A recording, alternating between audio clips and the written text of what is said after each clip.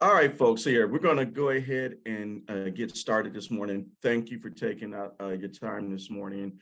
The previous week or other week, we talked about misconceptions of IULs.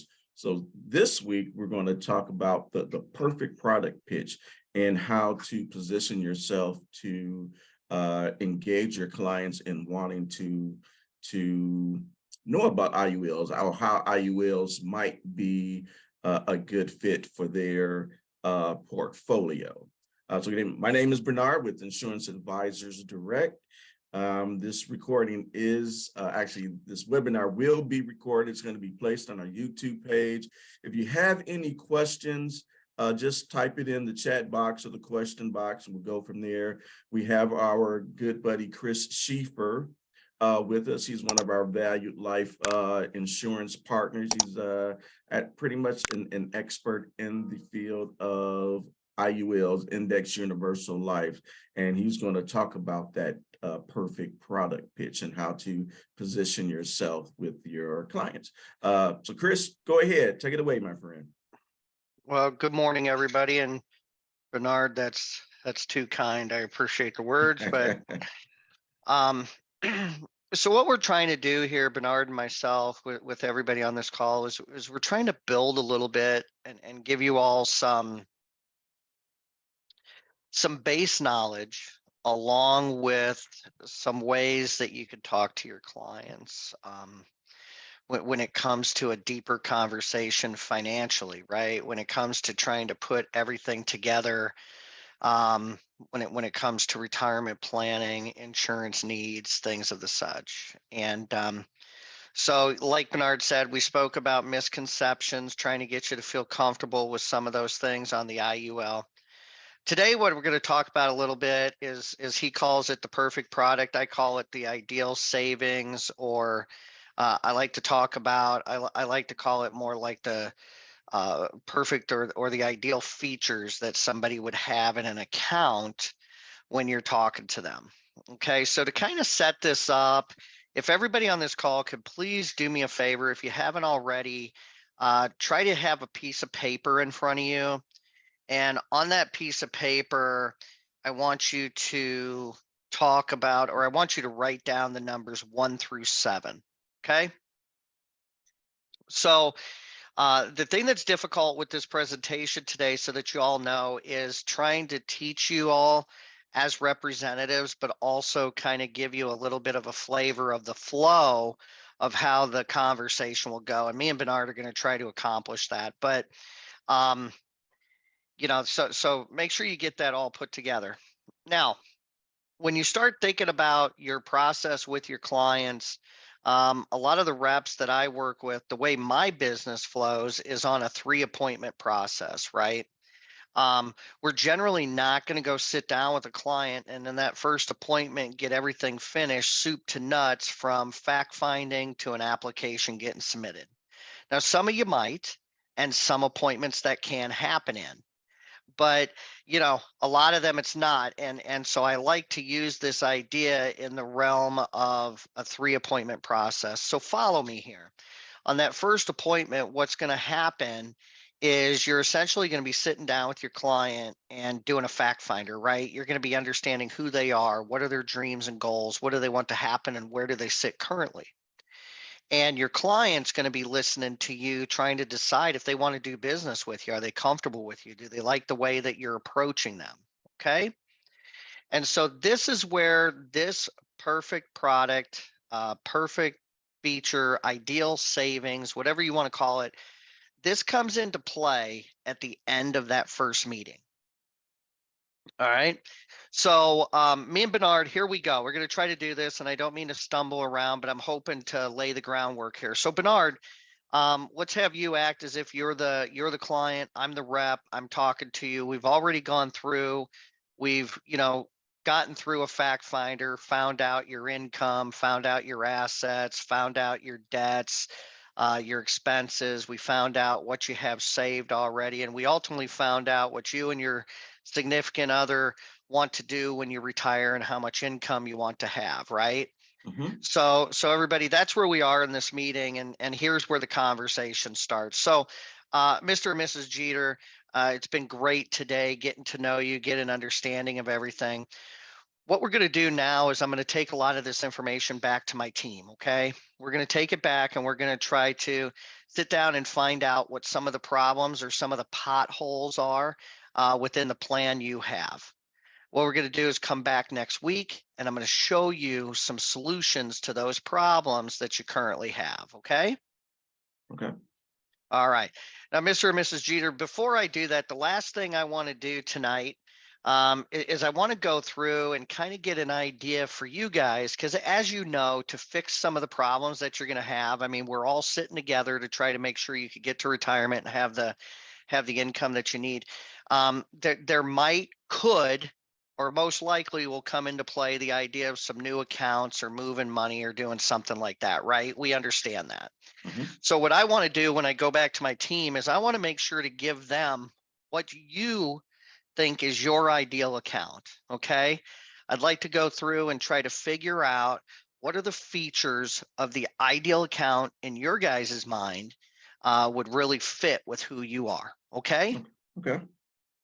All right. So out of role play, everybody. That's sort of how the conversation's going to go when you get to the back end of that appointment on how you're going to walk into doing this. Okay. Now, the reason I had you get a piece of paper and write 1 through 7 on there is we're going to try to come up with kind of 7 features that they want to have. Hopefully, they'll say the majority of them, but what you're going to see is sometimes we need to lead them down that path. All right. And some people you might not come up with 7. It's not a hard and fast number, but that's one that's there. So in real life, you're going to go through and do what I just did with Bernard, and then you're going to ask them to pull out their piece of paper, right? Or if you have the paper, you give them a piece, and you have a piece, and you both write this down. This is very interactive. We really want them to talk about it. Okay. All right. So back into role play. So Mr. and Mrs. Mhm. Jeter, if we could create your ideal account that's going to solve the problems that you have, okay? What I want to go through is figure out what features you want it to have, okay? Mhm. So on this piece of paper, what I've found, Mr. and Mrs. Jeter, is most people, most couples I talk to, there's generally, 5 to 10 features that pretty much everybody says that they want, or some realm of that. So I just kind of started us off with 7 here. So don't feel any pressure with that. But um, if we were to put together an account for you to solve some of these problems, what would be the first thing that you really would want that account to do?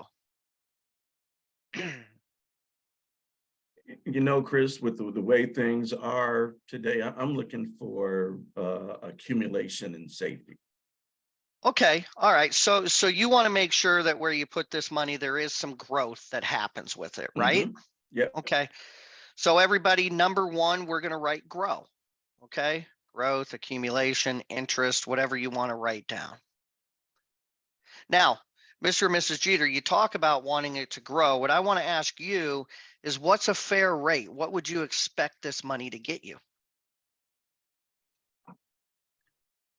Chris, I'm not that savvy in the market, so I'm not too sure what how the rates work, but I'm thinking something modest of maybe 8%, eight, Okay. 9%. That is perfectly fine. So then right next to grow, we just write 8%.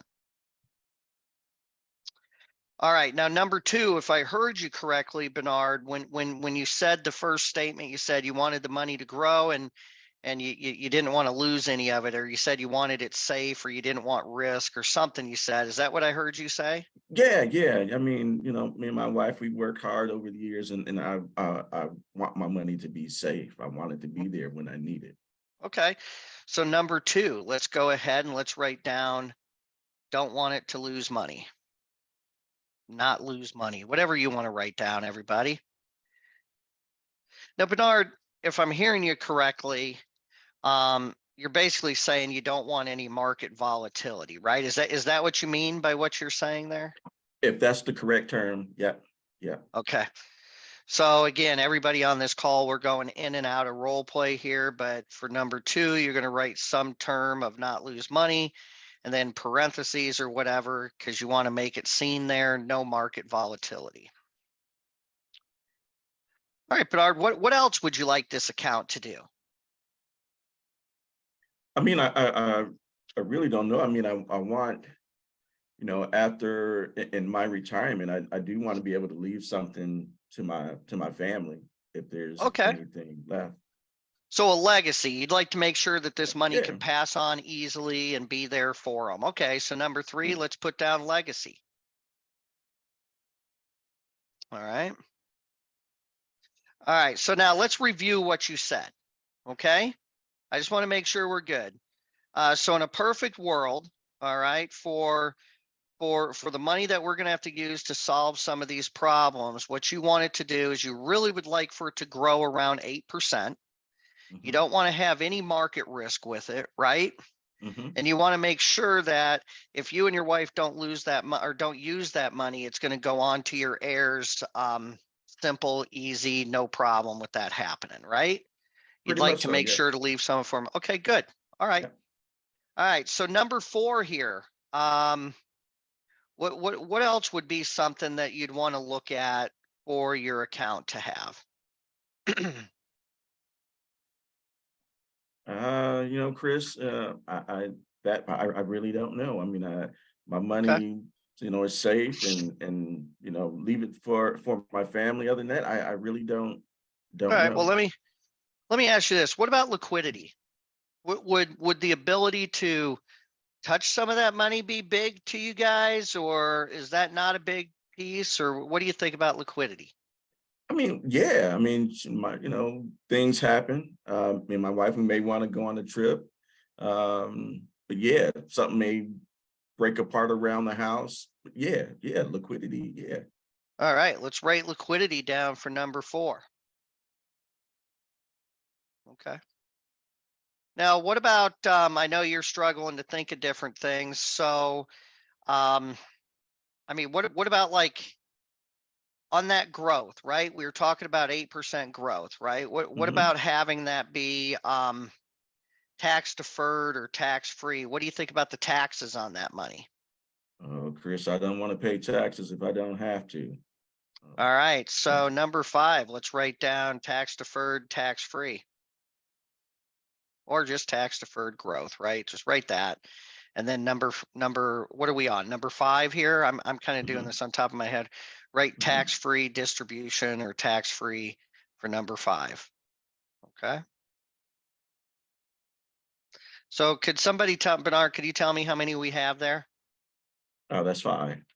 That's 5. Okay. Um, all right. So um anything else that you could think of? No, Chris. Okay. Long-term care, any sort of benefits like that sort of stuff? Is that anything that anybody's ever talked to you about? Is that something that is part of what you and your wife would like in your planning there, or I mean, overall, that would be essential to our plan because we never know, you know. So yeah. Let's throw that in there. Long-term care planning. okay. All right. So let's go ahead here. Let's go ahead and recap everybody. And again, everybody out of role play. Sorry there for a minute. I should have I told all of you to get a piece of paper and then I didn't. So I was kind of going on the top of my head. But you'll have a piece of paper, so you'll be there. But so back into role play. So let's recap, right? So an ideal situation for you and your wife, Bernard, when we start looking at what we need to do to help you guys reach the dreams and goals you have. If my team and I, when we go back and assess, if we find out that, hey, yeah, definitely there's some spots that you have some potholes here, right? There's some things that we could go ahead and make better to make sure that you can reach these. Um, what we want to do is we want to make sure that the money grows, right? hmm Ideally, you'd like to get around 8%, but really the big thing is you don't want to be taking any market risk, right? You don't want to lose any money. Correct. Okay. Liquidity. right? Is that something you guys said you would like the ability, if you needed to get on some of that money? How much of that, if you wouldn't mind me asking, would you like to have liquid? There's no right or wrong answer. I mean, just Yeah, honestly, what would you like? 15, 20%, 20%. All right, and you'd like to have 20% available if at all possible. Okay. Mhm. You said something about tax deferred growth. You said you'd like to be able to get it tax free. You want to make sure that this money passes along easily to your family if something were to happen, right? You don't want it Mhm. to be taxable or something difficult. And if there was some way to pull in, like some long-term care type planning or something, that'd be important for you guys with your overall plan as well, right? Correct. All right, that's everything that you think that really would be good for you. Yeah. Yeah, You, that's yeah. how about you, Mrs. Jeter? Does that make sense to you as well? Yes, it does. Okay, so let me ask you this.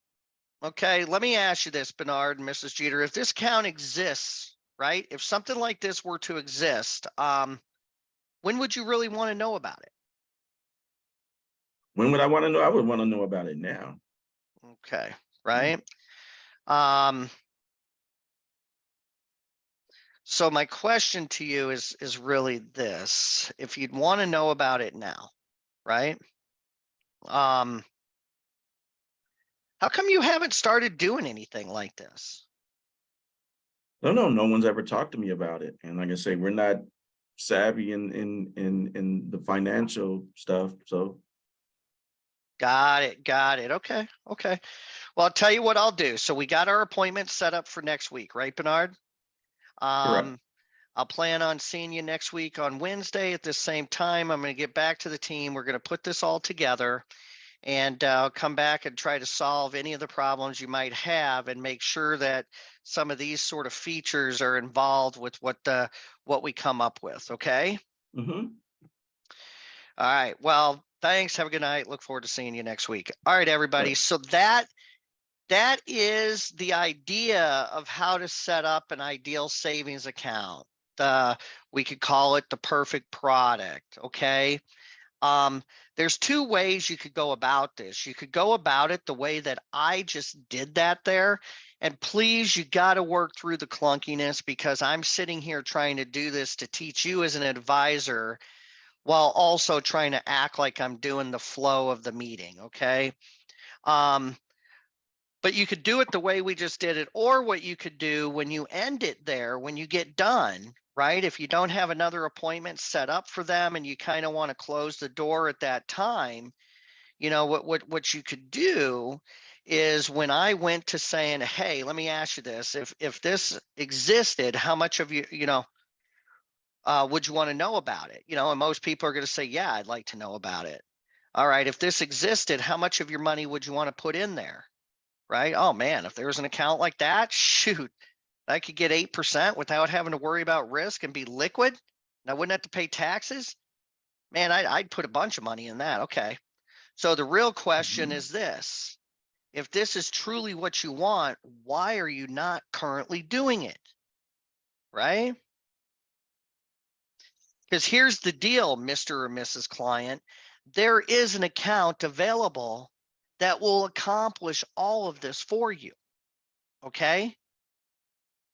So I got another question. When do you want to get started doing this? Why wouldn't you do this? Because you just told me you wanted to, right? The point I'm making, folks, is that you could steer people to it. And ultimately, what you're going to try to do is get them to say, okay, the suspense is killing me. What type of account is this? Right? Well, it's a 7702 plan. Okay. That's the tax code that tells us that we could allocate funds to a cash rich life insurance plan to accomplish these benefits. Okay. You've heard of it. It's cash value life insurance. It does everything that you said right there you wanted. Does that make sense? Now, I don't totally love the idea of doing it the way I just did it at the end. I like to push it to where we're going to come back and talk to them about it. Because what I'm softly doing is trying to get them what they, what they want. And ultimately what you're going to do is you're going to go back with a plan that might include, an IUL. It might include, a single premium plan if they got lazy money somewhere. It might include an annuity. It might include working with the guy that you're able to work with that could help you with, some investment planning with some of the clients.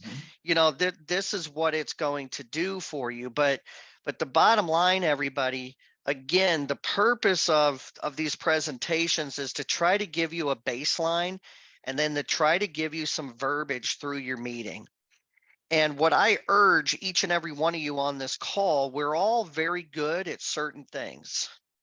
And if this is something that gets outside of your realm of comfort, I don't know the exact phrase, but basically, if we're not growing, we're dying, right? If we're not able to put ourselves in an uncomfortable situation, we're never going to get better or make more, right? Mm-hmm. And this is where we need to take and understand that when we talk to people, we got to be able to slow down, step back, and have a process of where we gather information. We go back and use the tools that are available to you, right? Insurance Advisors Direct, their team, and everybody to make sure to help you put the case design together and get the plans that are required or needed or that accomplish the goals of your client. And then you go back and present it. And when we do it this way, and when you listen to what Bernard tells you, believe me, there's people that flourish all over the place. So that's essentially what it is, a very easy, very simple way. And the last thing I'm going to say is, hopefully you noticed, I tried to let Bernard pick as many or say as much of the features he wanted. You want them to be his features, but sometimes people just are not going to know, right? Mm-hmm. They're just not going to know. All right. Or they know, but they just don't know, if that makes any sense at all, right? If somebody were to come up to me and say, like, hey, what type of features would you like in a new pair of sneakers? Okay. Now, I'm going to say to them, and I'm sort of role playing this with you guys again, but because I kind of have an idea of what I don't know with sneakers. So this probably isn't totally true, but I'm going to say, hey, I want my laces to lace up a certain way because I like them to look cool. I want them to be comfortable and I want them to be this color. And I want them to, I don't know, whatever. Well, now if you go to a store specifically for running or for something, they might say, hey, well, would you like to have an air pocket in there that could help your arch be more supported? Would you like to have pronation stuff in there because they could do this with this strap down here? And, like I don't know all that stuff, but see, they're going to ask me and then I'm going to say, oh, yeah, that does make sense. Because when I'm running, sometimes I tend to roll my ankle a certain way or do something.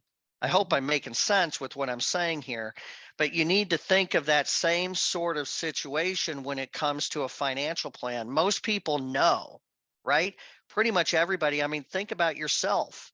Every account you want to get the best return possible for the least amount of risk. Like, honestly, if you could get 100% returns and never have to worry about taking any risk, everybody'd be in that account. Okay. But that's why there's risk profile that we got to find out how much risk somebody's willing to take. And the accounts that Insurance Advisors Direct and that Bernard counsel you with and help put the designs together, those things all give you strong upside performance of the market. Somebody could tell you that they want 6%, 8%, 10%. You could feel comfortable and confident that the accounts that Bernard's going to show you, they might not always give you a 10% return, but they have the ability to. You're gonna get 6%. You're gonna get 0. You're gonna get 20. You're gonna get 19. You're gonna get 3. You're gonna get 7. It's able to give you those returns. and you'll never lose money due to market performance because all your growth is locked in. So we're able to accomplish what he asked for there, right? Liquidity. Who cares what somebody says with that? We just want them to say a number. Okay. We just want them to say a number. I was speaking with a lady yesterday, okay, with a company that we represent. And Bernard's probably talked to some of you about this product, but it's a simplified issue, single premium IUL plan that has a full return of premium on it. Okay. They've been selling this account for years. They literally have no one, nobody ever enacts the return of premium feature. It's on there. They could get all their money, but people just don't go and do it. They just like to know that it's liquid, right? And so the reason you want to know the amount is because there are different accounts that are going to do different things that have more liquidity at different times. But, just remember the exercise is simple. Don't overthink it. Okay. Don't overthink it. Use it as a tool to get an understanding of the type of accounts that you could go back and present to your clients. You're now going to be able to be sitting in right field with your clients as opposed to them sitting in left field while you're in right field, if that makes any sense. And that's the whole positioning behind this plan. All right. So what type of questions do we got? We got anything, Bernard? Yeah. Question from Ray. Can you repeat the opening setup to get to the questions? Holy smokes, I think I made that up. What did I tell you? So what I talk about with, I'm joking when I say made that up, but I don't always have it exactly the same. But so let me try to get back into role play again. So Bernard, it was really good sitting with you today and helping you and Miss Jeter out here. Got all this information. What I'm going to do is I'm going to take this back to the team. We're going to assess it, and we're going to go ahead and find out, what are some of the problems or some of the potholes, some of the roadblocks that you are going to run into trying to meet your dreams and goals. Okay. And then what I'm going to do next week on the meeting we have, I'm going to come back and give you some of the solutions to how we could work through those. Okay. Mhm. Before we do that, though, what I'd like to do today so that I could fit this in with the solutions that we come up for you, I'd like to kind of get an understanding of some of the features or some of the things that you want in the ideal account for you and your wife. Okay. What are the features that you would want to have in these accounts? Because, Bernard and Mrs. Jeter, we know what we're looking at here, right? If we need to enact some stuff to make some solutions available to you to fix some of the problems you have, there's probably going to be some new accounts put into play, and we might have to move some money around, right? So Yep. if you would, here's a piece of paper. Okay, let's do this exercise together. And I got a piece of paper. Go ahead and write the numbers 1 through 7 on there. Okay. Now, when I do this exercise, which I've been doing this for, since 1998 with people, a very long time, what I find is people usually have in the realm of 5 to 10 sort of features or things that they really want, that they really value when it comes to the accounts and where their money is. Okay. Do not get locked in on the number 7, though. If you have more than 7, we'll go through that. If you have less than 7, that's okay. All right. Does that answer that question? I hope so. Yeah. So, and then it's also recorded. So I say everybody will get a copy of the presentation when our team cleans it up for us. But yeah. Do we have any other questions from the group? Please ask. This is your time. Let's go through it. Does anybody have any, while me and Bernard were going through this, does anybody right now have any clients or any prospects that they think this would work good on? I would love to hear your thoughts on that. Is everybody muted? No. We have a you know what? Here, Patricia, I'm going to see if I can allow you to talk. Here, unmute yourself, Patricia, and see if you can. Okay, there great. you go. There you go. So I was just wondering, how could this work for a child? Like I have a client who has about $10,000 or $12,000 for the child who's now 1 year old. Would this Okay. be something that would be applicable, or? Yeah, what's he do? What's he or she doing with this $12,000 right now? Is it sitting in the bank? Yes. Yeah. So Patricia, see that's a great one to be thinking about, right? So what I would do is I would call and get a meeting with that client. And again, I don't totally know your relationship or how that is or what that is, but I would try to get back in front of them.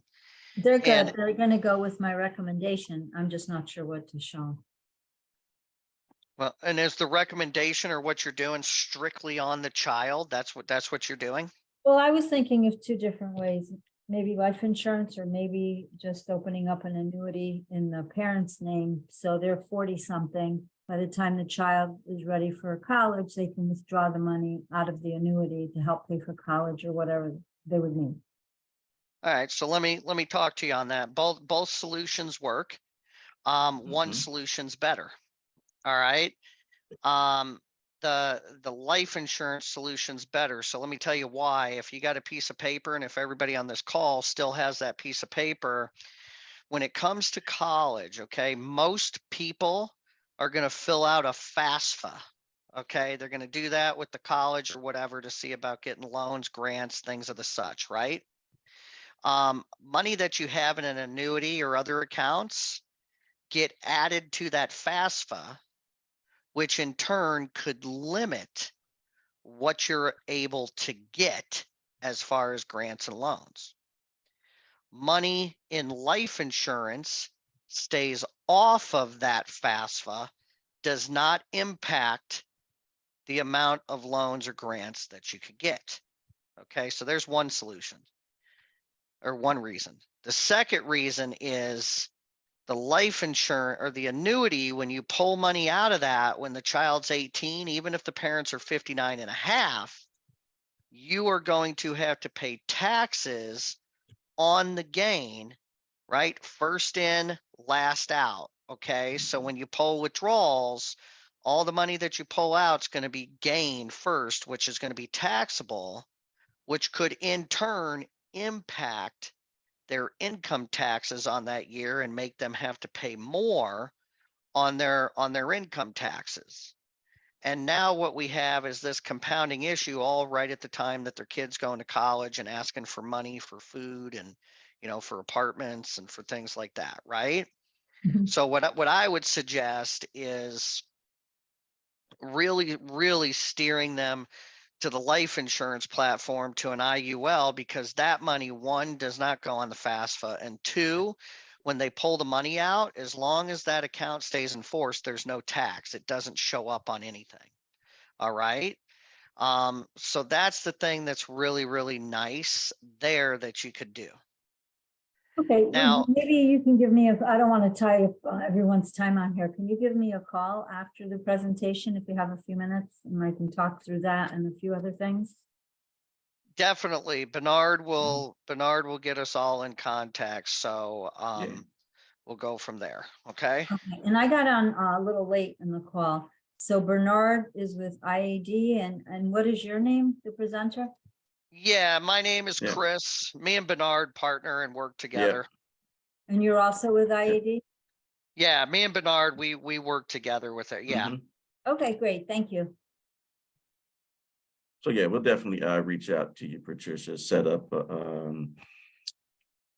I'll get with you after this call, and then we can set up a Zoom with Chris, and take it Believe from. it or not, I there. actually have an appointment with her this afternoon. So if there's a possibility that you're both on, then we could talk through that. And I have a few other things too. Do you do annuities as well, or just life insurance? No, the full gamut. Okay. Yep. All right. Yep. If you can call me, that'd be great. Thank you. Okay. Here, let's So see back back to that for everybody though, if you have a child and the parents have some money for that child and you don't exactly know what it's earmarked or whatever, great idea of doing the perfect product, or to get the features, because again, Patricia, one of the things that if you wanted to, is just ultimately go through and ask them what they want to happen with that money, right? What are some of the features that they really would like with that money? And I could guarantee you they're going to say, hey, we don't want to take risk. We want to keep liquidity. We want to get the best growth possible. We really don't want to pay taxes. That's what they're going to say. So the exercise works, but it sounds as if you might already really know what's going on there, that you might not have to do it. It's just about implementing the solution for them. So, okay. Looks like our friend Kapu's up on here. Yeah. Kapu, how are you? I'm good, Chris, and hi, Bernard. Hey, How- Kapu. Yeah, Chris, just piggybacking on that, what Patricia had. What if the client says, why can't I do a student savings plan? Like, for example, in Michigan, we have the MESP. So how different would that be to the life insurance that we are suggesting? Well, first of all, I got to tell you, I don't know how Michigan's plan works exactly, right? I could talk about some of the college plans generically. Okay. Okay, so the biggest one that people have been doing recently has been the 529 plans, right? Yeah. Uh-huh. And so the 529 plans, again, they do go on to the FAFSA. Okay, so they will limit the amount that you could get in grants and loans for your child. Okay. Now you got to keep that in context. If the person's able to save enough money in the 529 that it doesn't matter, then it doesn't matter. But the majority of folks are going to start a 529 or some sort of college savings plan for their child. They're going to save, 25, 50 bucks a month, if that. And the kid's going to go to college and they might have, 10, 15, 20, $30,000. And that's really what the numbers show. That's what happens. That is the majority of college savings. There are some people obviously that do a whole lot more, and there's people that do none at all. And so the point is most people still have to take advantage of loans and grants and things of the such, assuming that they're going to school full time and doing that stuff.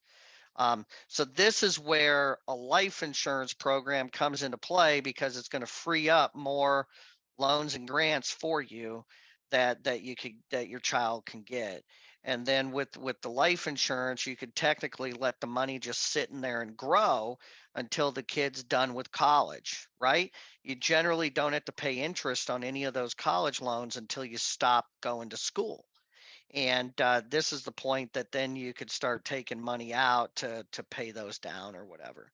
But every situation's different, right? The 529 plan today, they did just change it. Joe Biden did put a change in there, where before, if it wasn't used for college, the only thing you could do is either one, you could take it, but you'd have to pay taxes on the gain, right?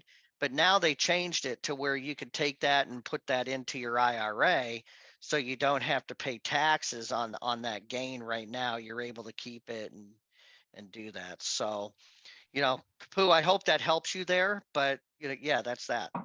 Yeah, because I deal with a group of people where they put a lot of money towards this 529 plans, okay, because they don't want to pay anything when the kids go to college. In fact, I have like 80% of my friends who have completely funded these college plans starting from age 5 or 6 or 7. From then on they start to do that. So if I'm talking to somebody regarding that, because I know we are working with somebody at the moment, and that, and she also is interested in doing the 529 plan. So she asked me, how would that be different from the IUL that we are talking about? So that's why I just wanted to bring this Well, so what I would do is, you should be able to pull up the Michigan plan, up. Okay. online, and they should have whoever Michigan sponsors, whatever fund family or whatever it is, because there's going to be different feature set. But you should be able to see the actual returns that it's done, right? And the big thing Uh-huh. that I would say that's different is, so let's say that you've been saving all this money in a 529 plan, and let's say your kids started to go to college in 2022, Mm-hmm. right? Mm-hmm. Well, what happened to your 529 in 2022? Yeah, it was really bad. Lost a bunch of money, right? So Yeah. now, Mhm. if you still want to take out of it, now you're having to sell into a down market. You're having to sell more shares to be able to get what you need to pay. And now you're not going to be able to get as strong of a bounce back whenever the market bounces back, right? I mean, I would argue if somebody has the money to fully fund the 529, or to fund it heavily, I would discuss with them the idea of splitting it up, put half of what they're going to do there and put half in an IUL, because the IUL allows you the ability, all your gains are locked in. You will not lose any money. So if they had done it that way, what they could do then is 2022, they could take the money they want out of the IUL and not compound the issue. They won't be selling into a down market. And then when the market turns around and goes back up, you could let the IUL be, and you could take money out of the 529. Now those things are going to yin and yang with each other, and Right. be able to continually grow, and you're going to have more money, right? Okay. Okay. Yeah. And one other question is like, is this like a 401k? Is this pre-tax dollars going into this 529 plans? Do you know? No, it's not pre-tax dollars. It's after-tax dollars. So it's after tax dollars. Okay.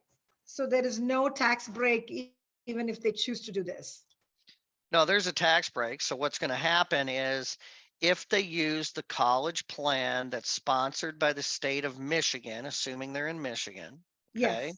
Mhm. what they will get is any money that they put in there, they will get a state, not a federal, a state tax deduction.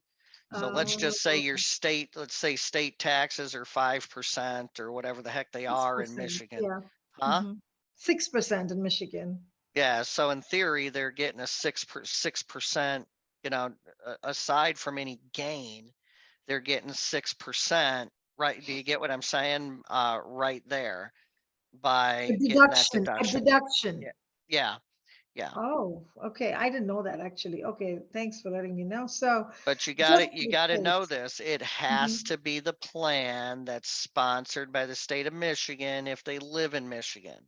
If they Okay, live in Illinois, it's going to be a different plan. If they live in Wisconsin, it's going to be a different plan, right? okay, okay, So gotcha. that's what it is. It's got to be. And see, here's the thing. You could live in Michigan and say, "Hey, I don't like the Michigan plan."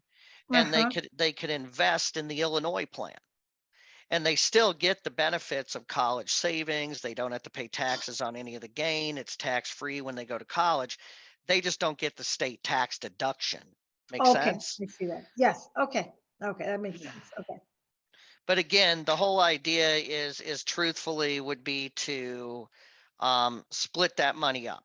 Okay, if you have somebody that's really funding it heavily, that the comeback or the conversation is, hey, listen, what happened last year, right? If you had Mhm. $100,000 in this account, and last year the broad market went down, what I think I saw the other day was it like 27% or something. So you lost $27,000 last year in that account. In theory, because I'm just talking about the broad market. But what we do know is that Mhm. they lost some money.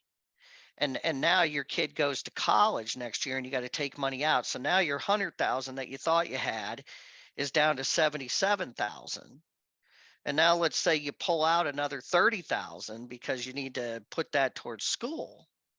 Well, now all you have left is that other 50,000, give or take, that's sitting there, and those shares that now, if the market bounces back, that's all you're earning back on, right? Mhm. So this is where, to me, a lot of what we talk about is split that money. Okay.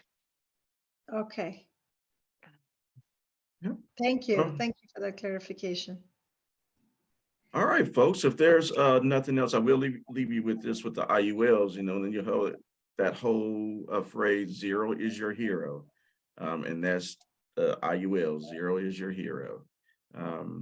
So folks, if there's nothing else, I do appreciate you all taking your time out today. Chris, it's always a pleasure having you on our webinars. Next week, we're in for, say, another sales concept, tax diversification using IULs. And that's a presentation that you can use with your clients. And we'll talk about it next week as well. But we can actually, if you can get maybe 5-10 clients, IAD will host your webinar, and either I'll present the tax diversification, or if Chris is available, he may be able to run it. But yeah, we're offering you guys get about 5-10 of your clients or folks that are interested in tax diversification after you hear our presentation next week, and we'll be glad to run that for you. So if there is nothing else, I'll be in contact with everyone maybe about an hour or two after this webinar. And guys, have a great rest of your week. Thanks, everybody. Thank you. Bye. Thank you.